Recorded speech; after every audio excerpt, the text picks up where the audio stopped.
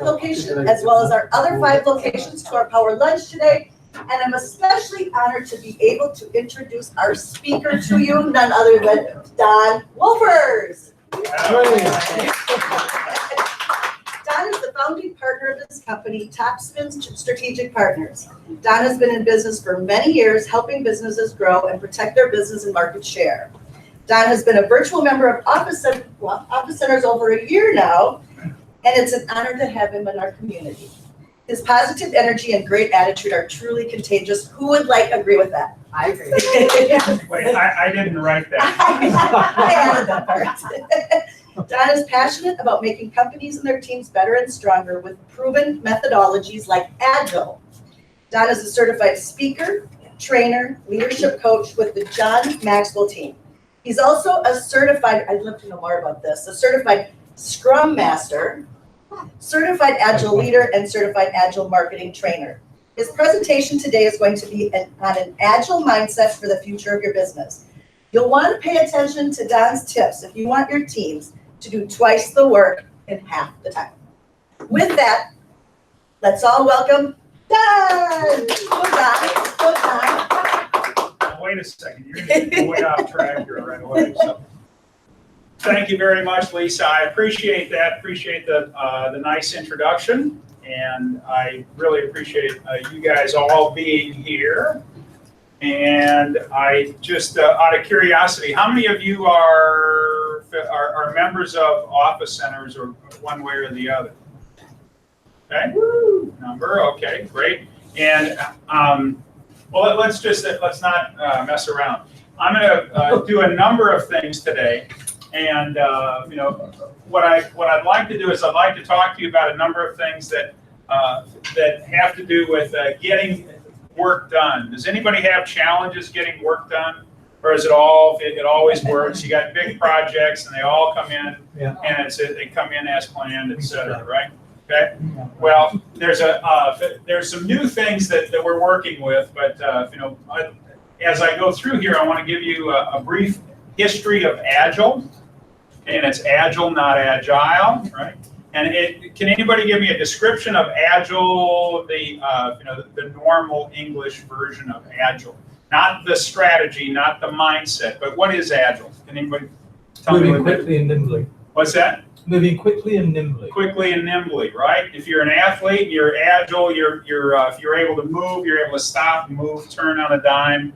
You're able to do an awful lot of things that make it an awful lot of fun, right? So that's what you know. That's what we want to talk about this a little bit. We're not going to talk about athletics, and I'm not going to talk to you about my great abilities on tennis courts or on the golf course or anything like that. However, we will talk about some other things. We're going to talk about Agile as an entire business strategy and how it works. It's got 3 key laws, and these laws are very important. One is the law of the small team. The second law is the law of customer focus. And the third law, or actually it's the law of the customer, but I throw in focus there because we really want to be focused on our customers. And the third law is the law of the network. And we're going to cover some of those things today. We're going to talk about ways in which Agile has become really a dominant force in today's management techniques and some of the newer things that are happening out there. We'll talk about that. We're going to talk about specific opportunities that many people have in Agile or utilizing Agile for other departments within companies. We're going to go through that. We'll also talk about Agile specifically in the area of marketing. Okay. Ooh.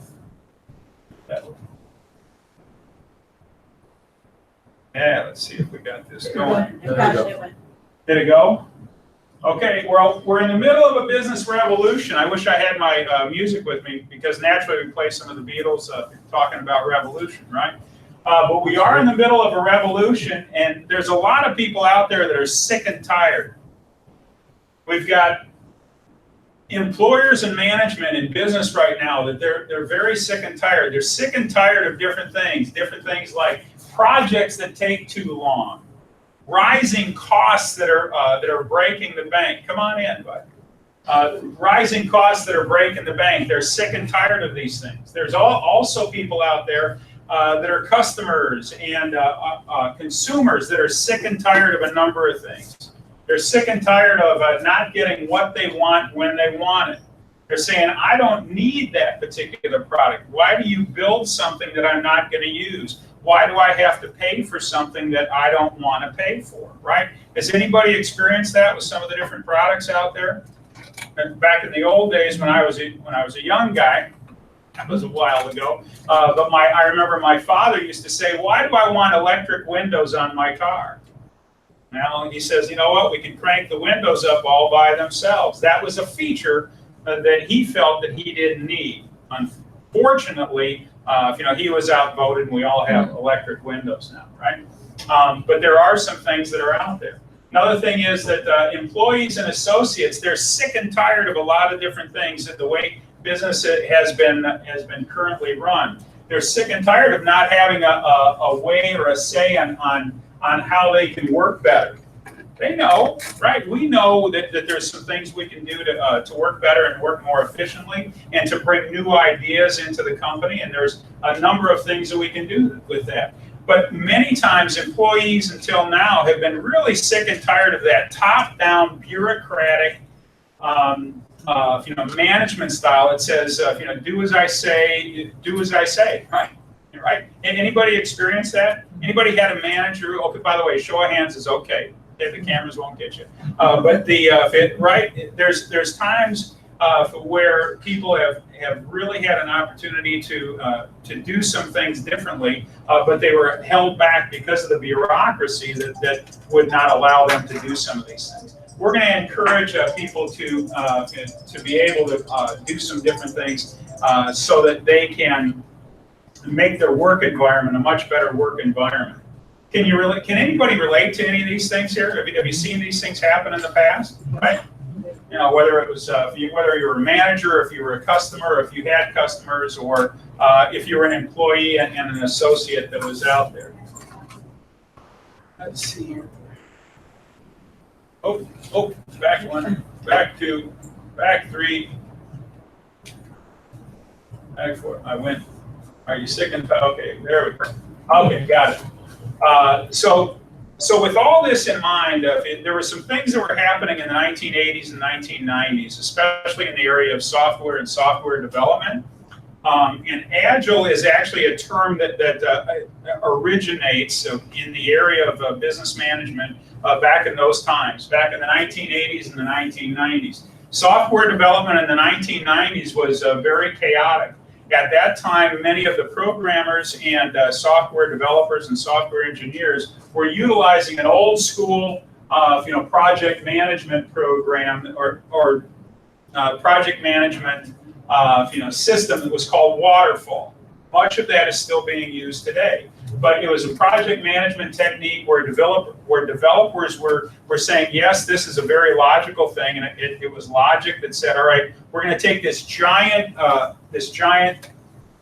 job or giant opportunity to do some things and to create software, and we know that there's a lot of different things to do. Has anybody ever been, managed a project? Right, at your company, right? You've managed projects. Maybe you've done some remodeling or projects at home, and done some things at home. So whether you're at work or if you're at home, chances are you've done some projects, and you said, "My God, I got so much to do." Right? What we want to do is we want to encourage you to consider this Agile as a new way to schedule and manage your projects. Okay. What was happening before, developers saw delays. It took forever. They saw a product that was delivered that wasn't necessarily what the customers wanted.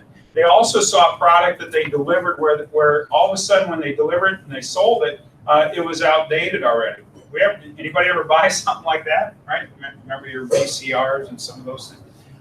But anyway, it was not necessarily what the customers wanted. Workers were disengaged oftentimes. They were checked out. They were saying, God, there's so much work to do. And there were all sorts of issues and all sorts of times that were happening with that. What happened was there was a need at that time back in the 80s and 90s where software developers looked and they said, we need to make a paradigm shift. we need to make a change. We can't continue to be successful with the projects that we're developing. We can't be successful if we continue to do it the old way. What are we going to do? Because they saw that time was being wasted, and they saw opportunities that were being missed. They saw expenses, and oh, by the way, the CEOs and the CFOs of the companies were taking a look at their budgets that were coming in, and it was breaking the bank. And that can be a real problem, can't it? So what the IT people saw is they saw an opportunity for change. As part of this, there was a group of software engineers that got together and they developed this system or mindset that's called Agile. And one of the key phrases in it is to be able to do twice the work in half the time. I can't imagine would anybody like to do twice the work in half the amount of time? I think I would, right? And if I was employing somebody, I certainly would like for them to do it too. So we want to think about it. But the movement really took off, or the Agile movement really took off in 2001. That was the time at which this mindset, where there was a release on something called the Agile Manifesto. And as part of this Agile Manifesto, what they inspired is they inspired continuous value to customers through using an iterative and incremental approach to developing product and developing products for consumption. Okay. The Agile Manifesto itself, by the way, if you were to Google it, you'd find that there's a lot of information about it out there. But the Agile Manifesto has 4 basic values, and it's actually got 12 key principles. But the values include, and this is very important, the values include individuals and interactions over processes and tools. Okay?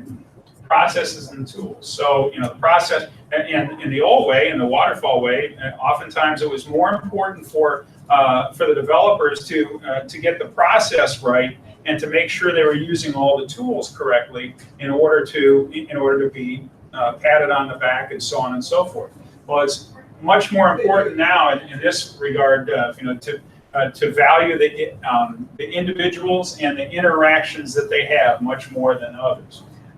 Working software or product, in other words, the end product, is much more, at this time, is much more important over comprehensive documentation. Okay, dotting the T's, and all the other stuff. It's much more important now. Customer collaboration, listening to your customer, over contract negotiation. We got to get them to pay more. We got to get them to pay more in the old way. Now it's a matter of, let's talk to our customers, find out what the customers really want, as opposed to just producing a product, and it could be in software, it could be in tables and chairs, or anything that we do, any of our services. Let's find out from the customer what the customer really wants, as opposed to saying, well, here's what we're offering, and take it or leave it. Okay? So then the last thing is responding to change over following a plan. Has anybody seen any change in the last 2 years? In the last 6 months? In the last 2 months? Our businesses and our way about going to business and going to market has changed significantly, and it's changing all the time, isn't it? Right? So we want to make sure that those things are covered. What is Agile? What is this term Agile? Like Peter was saying earlier, it's not necessarily just moving around quickly and fast. But this term Agile actually applies to a number of different things in the area of business, and it is actually an approach that helps people work more effectively. It does mean that it's a much more nimble and flexible approach. We want to make sure that we're adaptable to the different type of work that's out there. It allows the people that are doing the work to actually do a much better job at what they're doing. Okay, companies are using this approach right now to better manage their work and to go to market much faster. It's a mindset based on that Agile Manifesto, which I mentioned earlier, and with the same or similar values and principles. Okay, it's a mindset, right? We know what a mindset is. A mindset's very important, isn't it? If we don't get our head around it, then you know what? Chances are we're just going through the motions. We want to make sure that and that's one of the things I do as far as training is I work with people to help them develop a mindset that's going to be much more beneficial for their company and for their employees as well. Okay, we want to make sure that happens. What are some of the benefits? Well, what this Agile does is it improves the speed, transparency, and certainly adaptability of the business units. It allows you to get things done much more quickly. Let me ask you a question though. Old question, right? How do you eat an elephant? One. One bite at a time, right? You break it up into small pieces and you make it happen, right? Laura's right on that. Okay, and that's absolutely right. If you've got a big project, the main thing is rather than go through a long process, what we want to do is we want to encourage people to break up big projects into smaller pieces that are more suitable for release and testing. We want to break them up and we want to move them along. We're going to talk about that here in a minute. So, okay, so if you got a big something to do, you want to make sure that you break it all up. Okay, Agile works in a number of smaller frameworks. There are frameworks. These are some common terms that you would find in Agile. There's many more terms, but I took a few of the most common ones. One is called Kanban. Has anybody heard of Kanban and the Kanban systems in the past? Right? Kanban, Kan meaning visual and Ban meaning card. That reflects that like it says up there, it reflects the nature of the work driven by looking for what is next, making your project visible, all right? And so that you understand what's coming next, and so you can make plans and make adjustments as needed. Kaizen meaning continuous improvement. You might remember this from some of the Toyota studies that were done back in the 70s again, 60s and 70s. And Kaizen meaning continuous improvement. Scrum, Lisa had a question earlier. She says, what the heck is a Scrum Master, right? Well, Scrum is actually part of the approach, and I'm certified Scrum Master. But what it is it's actually an iterative approach, so it's a step at a time. But it employs cross-functional teams, okay? Actually, teams that work together, non-siloed teams. We know what silos are, right? We don't want to get in a silo because, well, I'll tell you what, it gets pretty lonely over there, and makes it kind of difficult. But cross-functional teams, roles in a Scrum, in a Scrum, which is part of Agile. You've got your product owners, you got your Scrum Masters, you got the main thing is the team has an understanding about the way to go to work. Okay, and as part of this understanding, we want to make sure that that people have respect for the individual and the individual contributions by everybody on the team. The teams in Scrum and the teams in Agile are small teams. Okay, they might be anywhere from 5 to 10 or 5 to 7 people or so in a team. Those teams work together and they all have cross functionality and they all have an awful lot of visibility with each other. And that's very important. An important thing to do and an important thing of Agile. Okay, so that's one of the terms. Another term is Lean. A lot of people have heard of Lean lately in the last couple of years.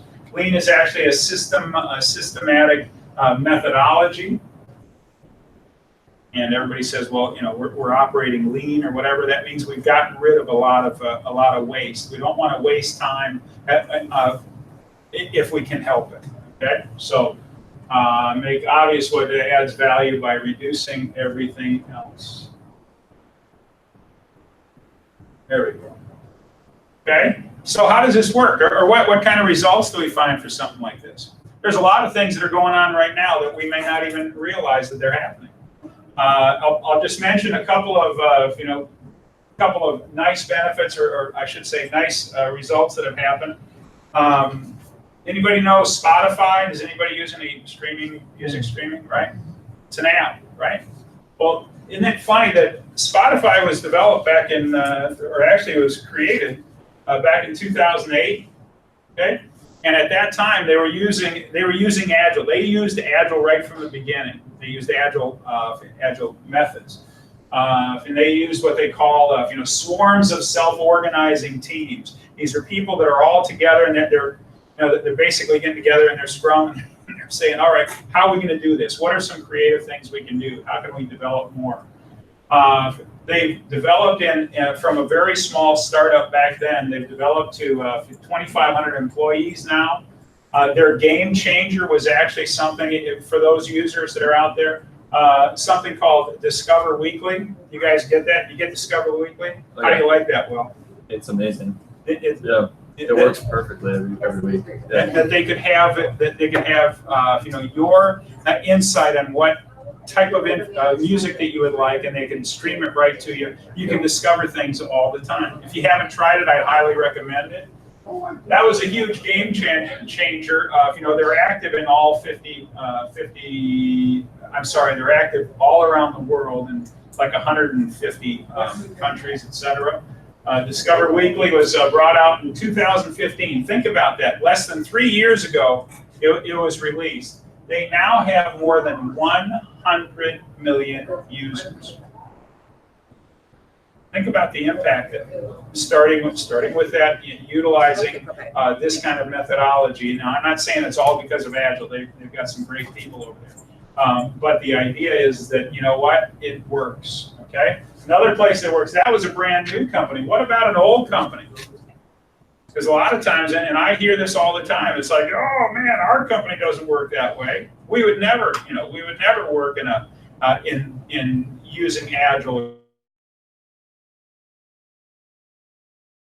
Companies that have done very, very well with it. And there have been thousands of companies that are using Agile, but an old company in Europe, Peter knows this one, Barclays Bank, right? Yeah, English. Yeah, English.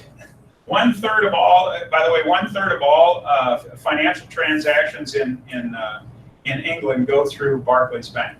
Okay, think about that. Of all transactions in a year, they're 327-year-old transatlantic bank, 40 countries, more than 100,000 employees.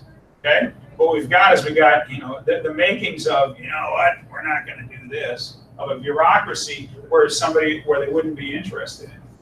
But they had customers at the time that have an expectation for information, and what they really want is that the customers have always been able, in the past, they've always been able to walk up to the bank teller, talk to the bank teller, have a personal interaction with them, and do some things, and get their questions answered at the bank.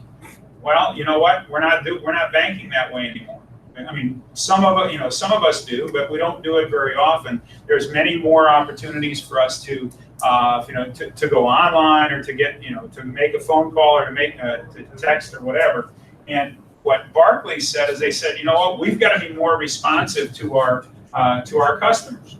So how do we do it? Well, what they did is they said, you know what, we've got to get more agile. We've got to get more information back to us. Okay, so they became agile. With all that 100,000 employees, customers expect information and recommendations in an instant, and just a simple question. So how are they going to do it? Well, what they did is and by the way, one of the reasons they adapted to Agile is because right around 2014, when they embarked on this journey, their competition was ready to eat their lunch. Okay, all these new banks that were out there worldwide. But what they said is, you know what? They said, we're going to go Agile. We're going to go from the top down, from the CEO, from the top down, and from everybody there. Everybody's going to get into Agile. We're going to educate. We're going to do a number of things that will incorporate the Agile principles with, in the bank. Okay. They've got 15,000 Agile practitioners, 15,000 employees that are utilizing Agile within Barclays Bank. Okay, what they found is that that the results have been that they are much more responsive now to the market and to what's happening out there. Barclays is now, once again, it always has been, but they've kind of fended off some of the competition out there by being much more responsive to their customers and to their customer base.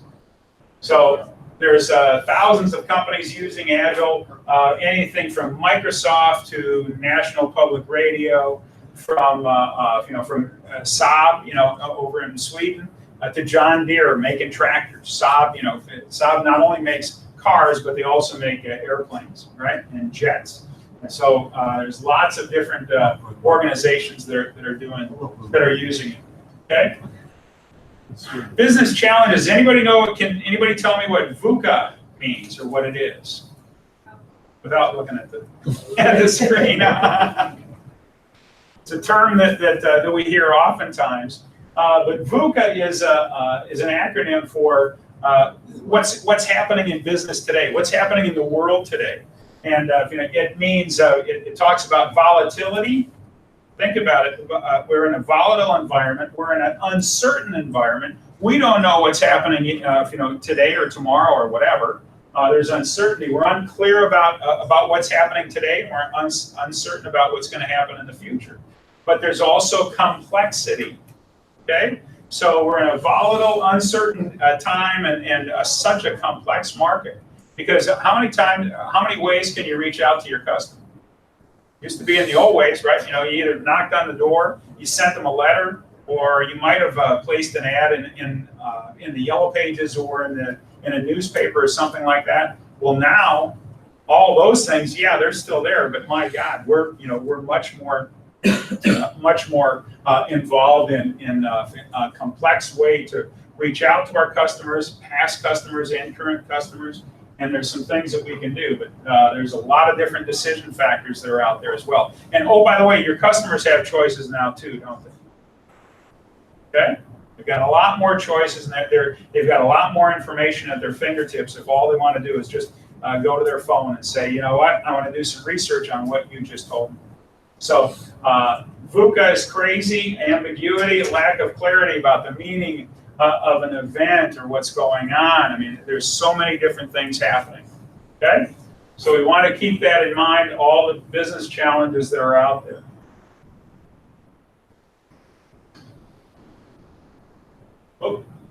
Back.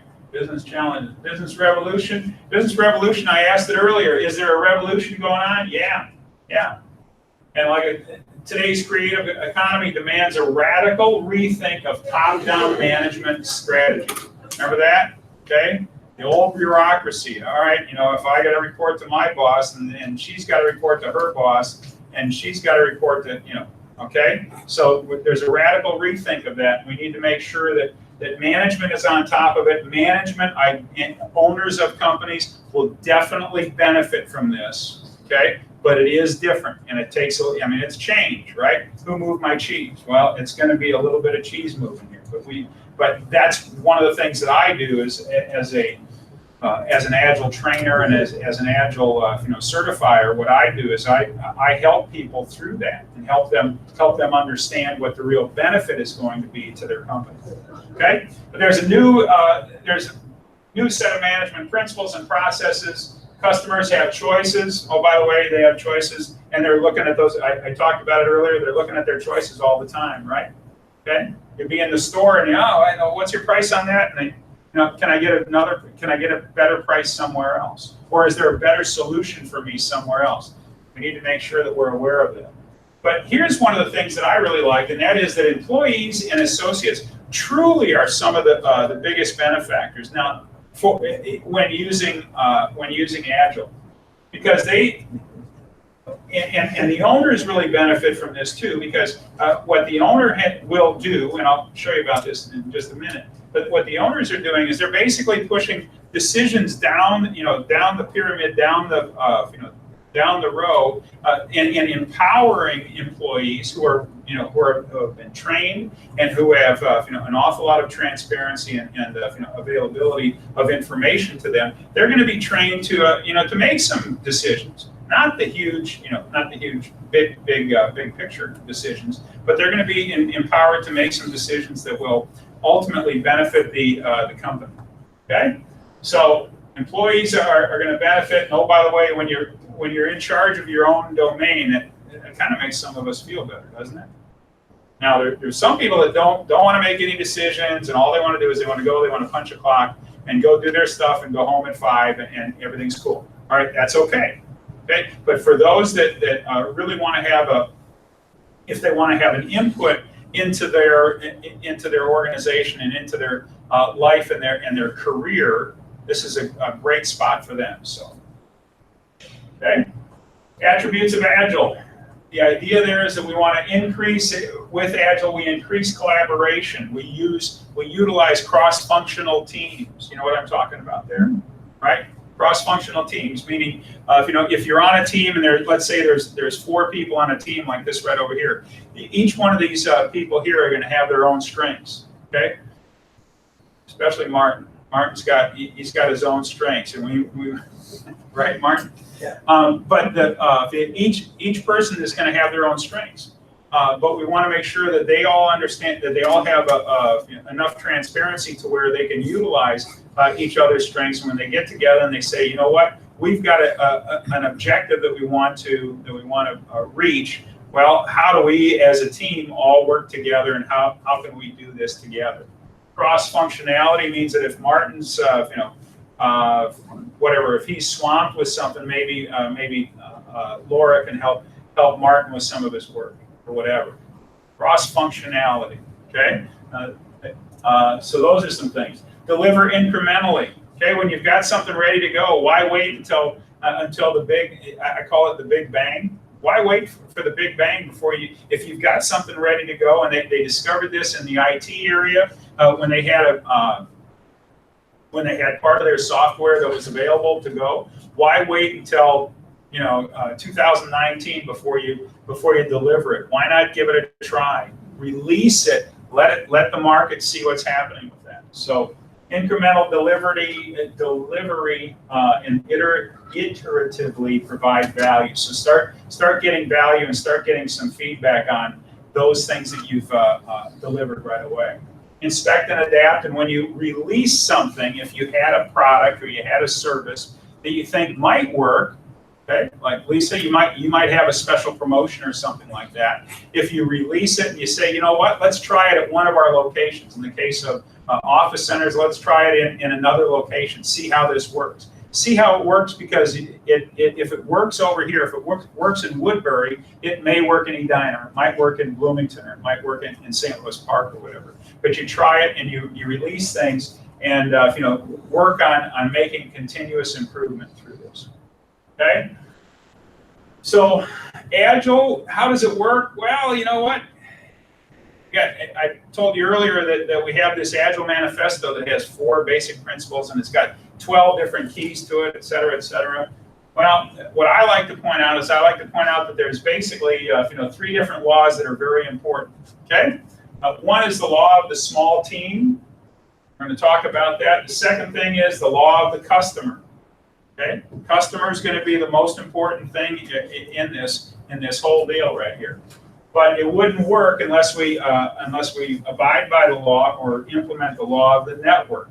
And how do we cross-function it? How do we work cross-functionally? I'll tell you about it. I don't know how to say that. Okay, the law of small teams. No, the first thing is the law of small teams, delivering value through cross-functional teams. We talked a little bit about that. Contrast, silos. You guys know what I'm talking about when I say silos, right? You got somebody that is that's in manufacturing, and let's say they're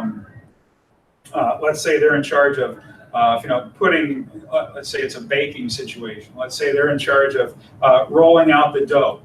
Okay, we're going to make a pie, and the pie is for what's your favorite, Lisa? What's your favorite pie?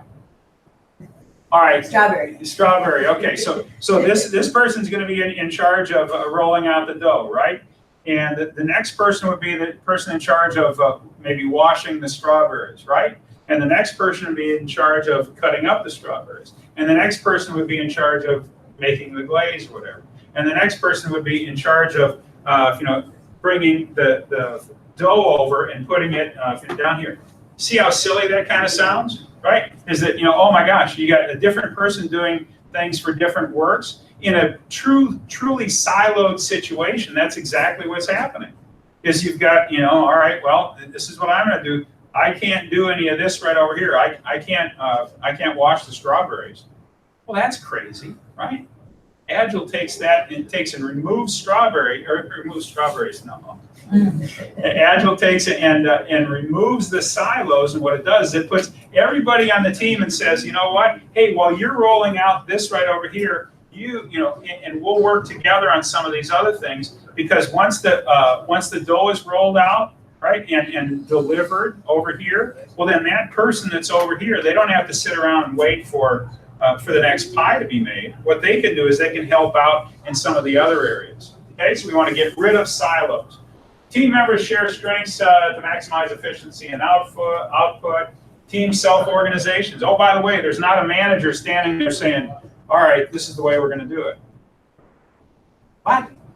That's kind of crazy, isn't it? Compared to the old way, right? The old way where, top-down management, the top-down bureaucracies and all that stuff. We want to get away from that.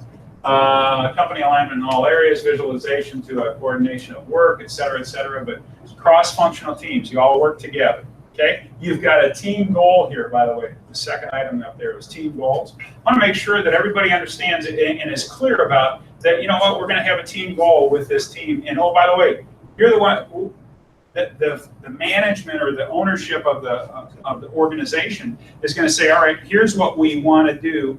Could you guys please come up with a way in which to do it? We'll give you the parameters.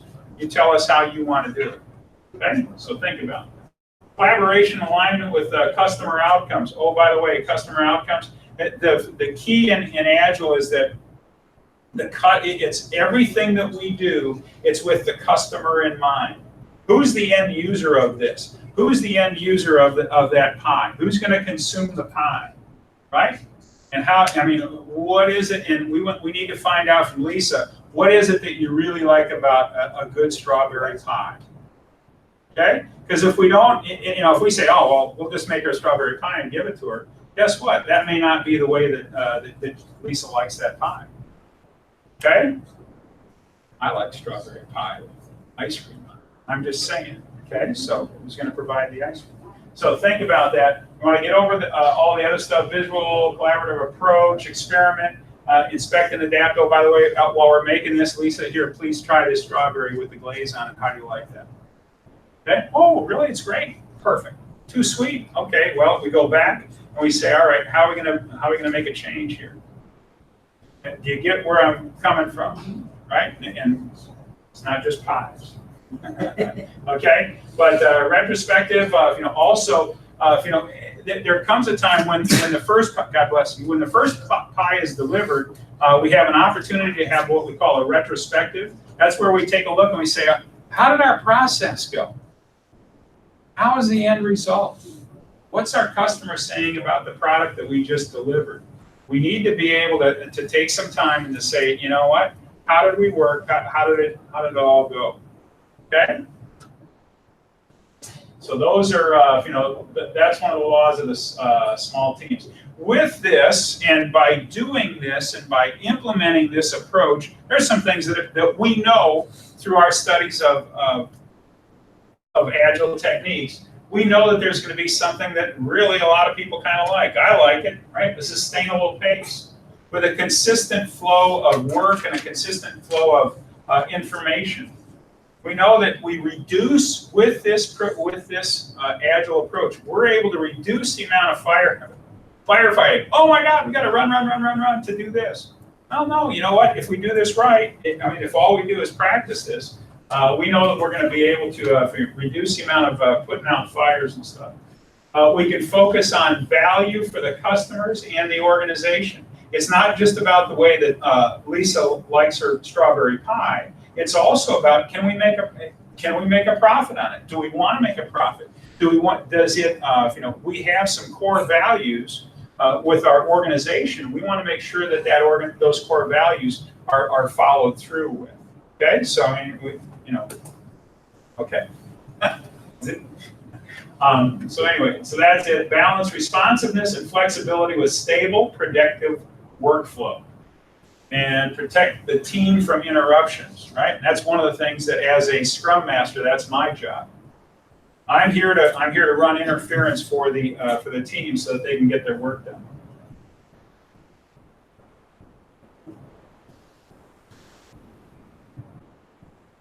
So there we go. Okay. So which would you rather have? Sustainable pace with here's the positive effects. Here's what the good way and the bad way. Positive effects. WIP limits. WIP limits are work in progress. Okay, those are limits to what the amount of work that is available for us. We've got it on we've got it on a board that tells us what we're working on, etc. We want to have short time boxes. Don't wait. Don't say, oh my God, it's going to take us 3 months or whatever to get this project done. We want to have short time boxes where we can say, all right, in the next 5 days or 10 days or whatever, this is the work we're going to focus on. Forget about it. We're remembering the other stuff, but what we're focused on right now is we're going to focus on this time period right here. We want to make our work visible. We want to make people understand, hey, look, this is what we're working on. Forget about all the walls. Forget about closing yourself in. What you want to do is make sure that people are aware of what's going on, not only within your team, but in other teams too. Because you know what? If you got 2 or 3 teams that are working alongside each other, you're in a similar company or a same company, they need to know what's going on. So maybe they can help out as well. Prioritization, let's make sure that which is most important gets done first. Negative effects of the old way, overwork. Okay? And it used to be that, and it still is, that oftentimes people are overworked because they got so many things that are going on right now. Okay? Or context switching. You know what context switching is? When we're doing 2 things at the same time, right? Multitasking. Some people think multitasking is a good idea. Is there anybody here that thinks that multitasking is a good idea? Raise your hand.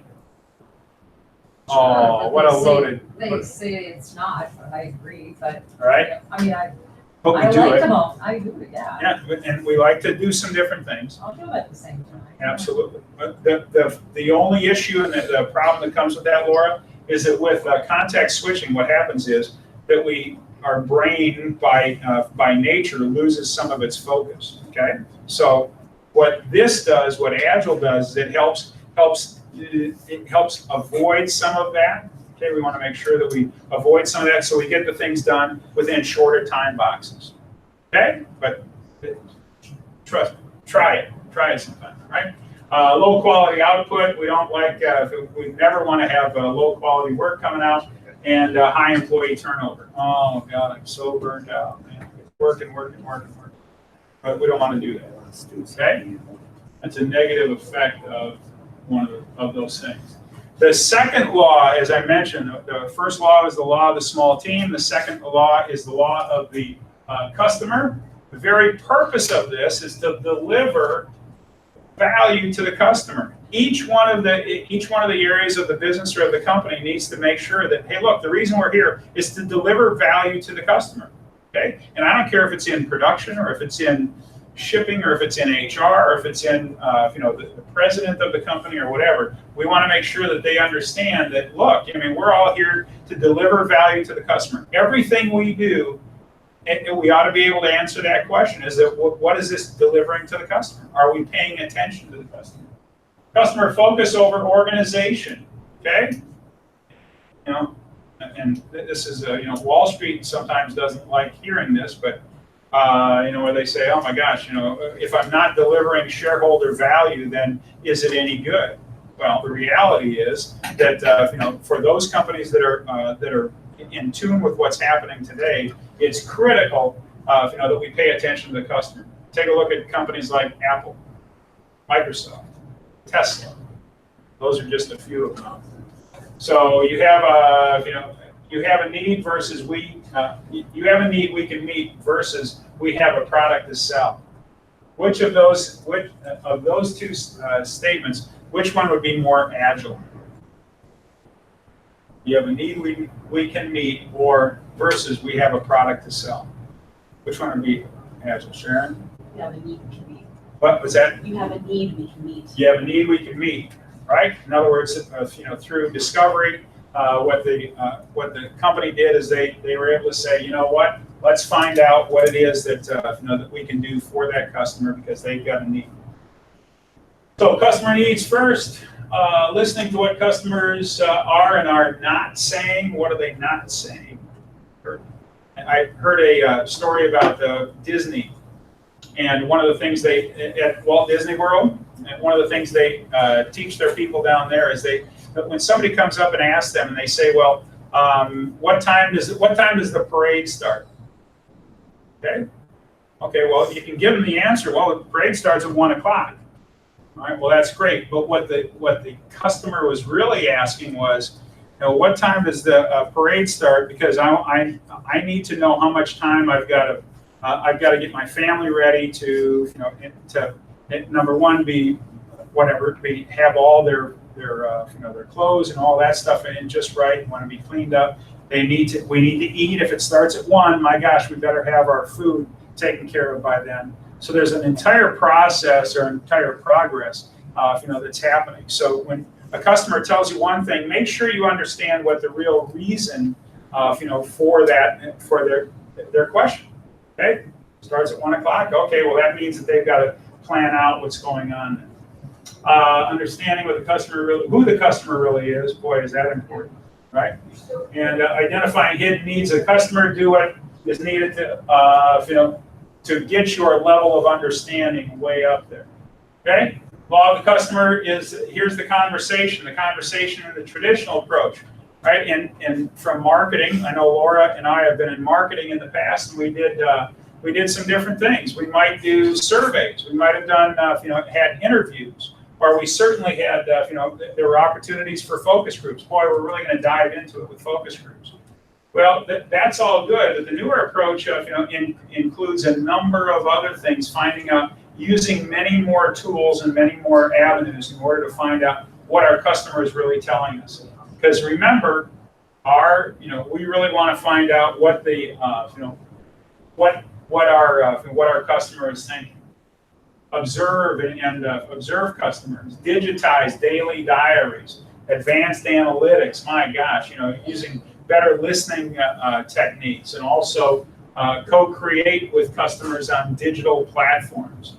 It's kind of neat, actually, how those things happen. And you're being, you guys have probably noticed this, that we're being asked this stuff all the time, so it's happening.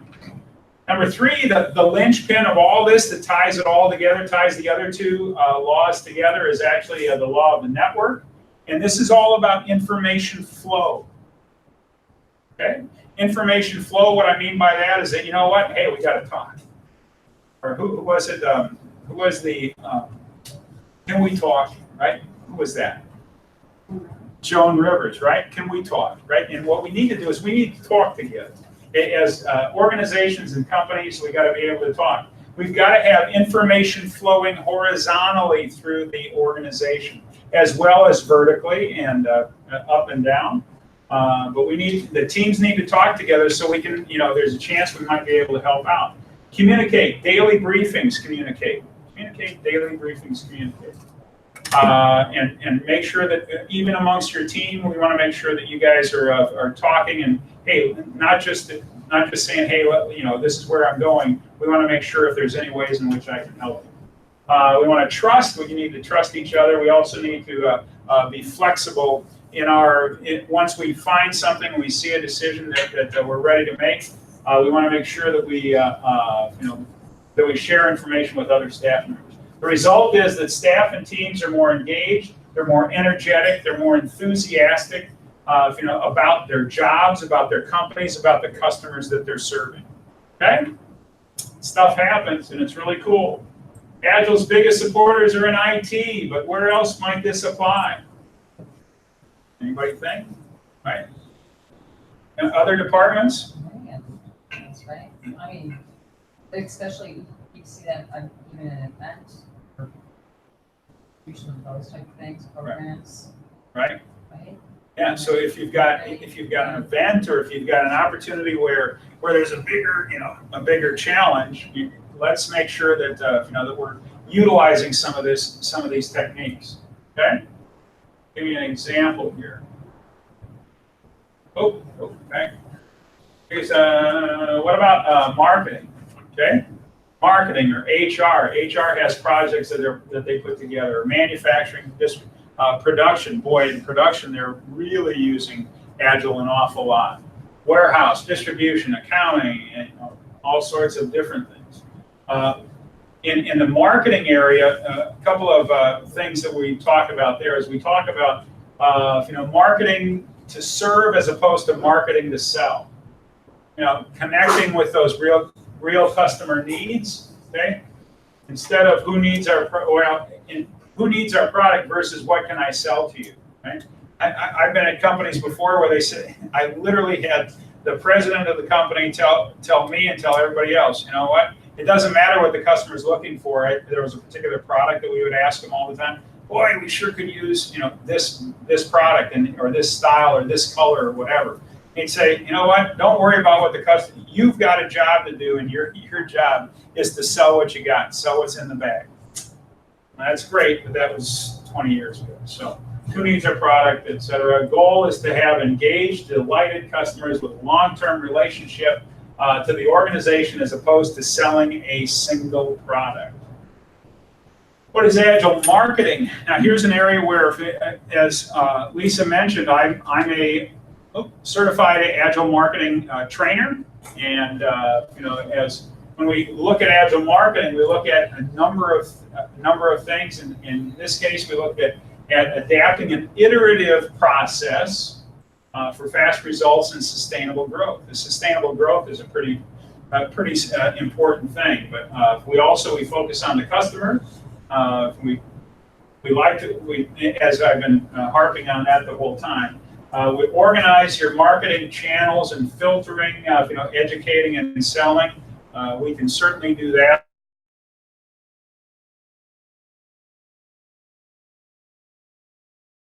Systems for messaging to find our ideal customers and nurture them. Once we've got them, we want to make sure that we keep them around for a long time. The benefits of that, we get real-time feedback loops. Customers, we're using technology these days. Okay, easy to control or easy to lose control of your narrative in the public eye. Okay, so we're doing an awful lot of stuff that way. Agile, once again, we use it, and one of the reasons that people really love Agile is because it's fast. It's got priorities. We make sure that we prioritize that which is important for most to the company and to the customer. But we're also utilizing a variety of engagements and making sure that we're talking to those people that are going to use it. We've got relevancy. Okay. Challenges, big opportunities, etc. If all Agile did was allow you to be more efficient,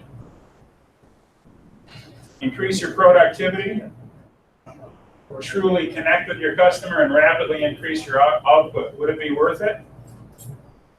Would it be worth it? Very good. That's we've got a few minutes here. Does anybody have any questions at all?